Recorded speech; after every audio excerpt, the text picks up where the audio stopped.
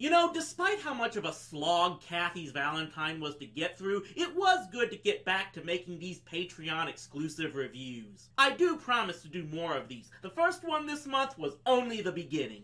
And you can thank my Patreon requests for it all. Not so much because of the money paid to me, though that helps, but by giving me actual material worth reviewing. For this one, we're going back to the bread and butter of Charlie Brown's specials, with this one requested by someone who says it's the most underrated of them all. Is that the case for me? Well, let's get into There's No Time for Love, Charlie Brown, and find out. My alarm clock didn't go off. Maybe I wound it too tight. Man, how many people on the internet even know of a time when you had to set an alarm on something other than your phone? We still have 3 months of school. There'll be more study, more tests, and more agony. How can one fall in love when all these stupid things are going on? Tests to do, reports to write, all these dumb things to do. There's no time for love, Chuck.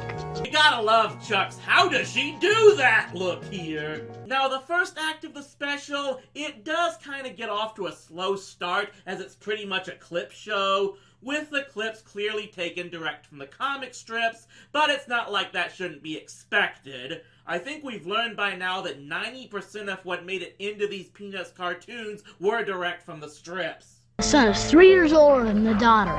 In 1 year, the man will be 6 times as old as his daughter is now. And in 10 years, he'll be 14 years older than the combined ages of his children.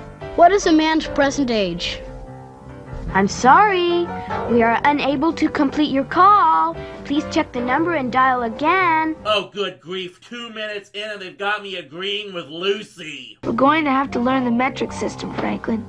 By the time we grow up, the metric system will probably be official.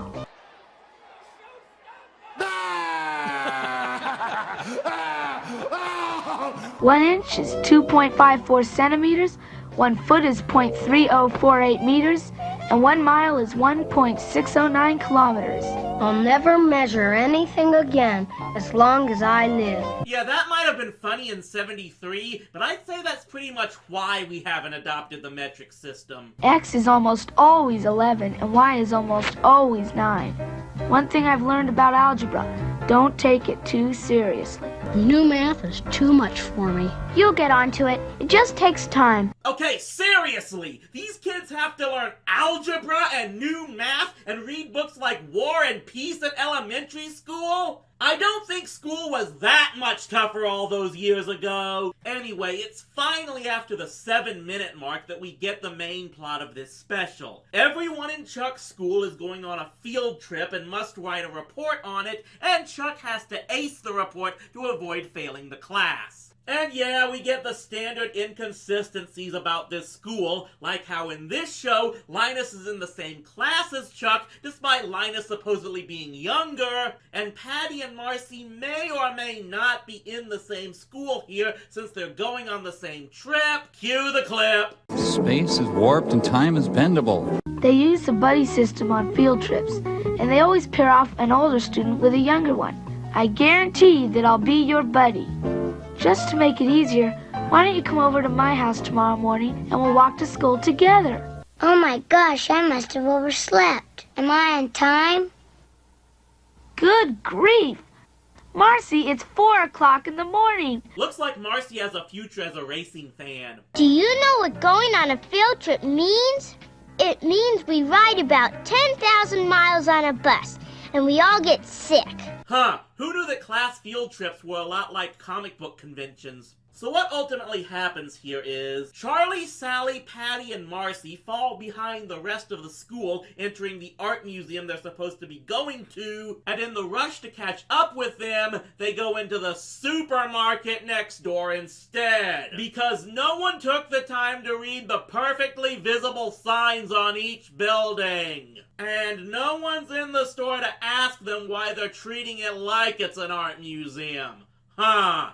Hell, apparently there isn't even anyone on staff to kick Snoopy out of the store when he starts acting like a grocer, even though they had a no dogs allowed sign on the store, and that never goes anywhere. Anyway, much of the second act is those four completely not getting it and assuming stacks of produce are modern art, while we cut back to Linus and Lucy at the actual art museum and...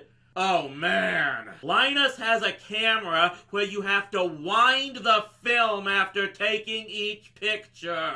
The fact that I'm old enough to remember when you had to do that, maybe I shouldn't have reviewed this so soon after my birthday. While all that's going on, Patty is doing her normal flirting with Chuck while in a half-tired stupor, and later on, Marcy finally decides to call her out on her obvious crush. And it turns out Patty is deeper in denial than all the guys who didn't call Cleopatra back after the first date. How could anybody ever be in love with boring, dull, wishy-washy old Chuck?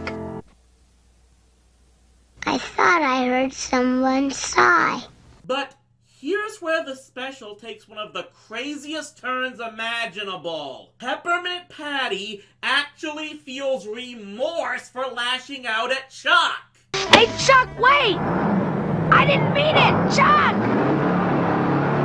I want to be friends! I like you! That night, Patty tries begging for forgiveness that leads to all of them writing their reports together, and as Chuck and Marcy walk home together, Marcy keeps trying to be Patty's wingman.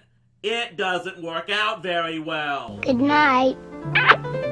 If you don't want that to be from me, Chuck, think of it as being a good night kiss from Peppermint Patty. It's kind of embarrassing to say, but I just wanted to thank you for the good night kiss. What good night kiss? On the other hand, I think we finally learned where Chuck got all his bad ideas in Someday You'll Find Her, Charlie Brown. Anyway, everyone has now written their report on the field trip, with Linus having done his in slideshow form. Good God, a slide projector! The show is single-handedly amping up my midlife crisis. I'm gonna end up buying a Porsche when it's all over. And Chuck starts to realize something's wrong compared to what he saw that day. We were in a supermarket. My teacher warned me that only a good grade on my report would save me. I wrote a report about a trip to a grocery store. I'm doomed. So yeah, now in addition to screwing up everything with Patty, Charlie Brown is going to fail his class and... I got an A! I got an A! What? Champion Charlie Brown, Esquire, setting the whole wide world on fire. Fly all the flags, break out the confetti, cause all the bells to sound. You know what? You got the only A in the whole class, Charlie Brown. I wonder if Patty, Marcy, and Sally's teachers were as openly interpretive. Meanwhile, can things finally work out between Chuck and Patty? It's not easy for a girl to talk like this to a boy, you know. I know, but I always used to think how nice it would be if that little red-haired girl would just come up to me and... I can't stand you, Chuck! Yeah, part of me is glad we never saw these characters in high school. And the special ends with Patty finally asking Marcy the big question for her. How come you're always calling me sir when I keep asking you not to? Don't you realize how annoying that can be? No, ma'am. But yeah, this special, I can see how some believe it to be underappreciated. It does get off to a slow start, and there are some questionable decisions the characters make to get the plot going that border on idiot ball territory. But overall, this looks like it was among the first of the Peanut specials that really dug into the personal relations and emotions between the characters. And it may be the first where something good actually happens to Charlie Brown in the end. Remember, this was released in 1973, 2 years before You're a Good Sport, Charlie Brown. I don't know if it's as good as that one or some of my other favorites, but it's definitely one you should check out. After all, exposing you all to some of the good but forgotten stuff out there is one of the reasons I do these reviews. So maybe this can be the start of a good streak.